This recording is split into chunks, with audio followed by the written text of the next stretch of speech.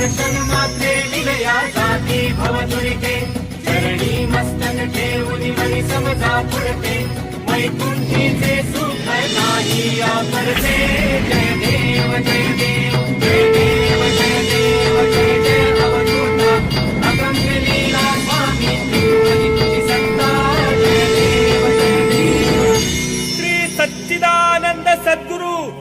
अक्कलकोट निवासी श्री स्वामी समर्थ महाराज की जय।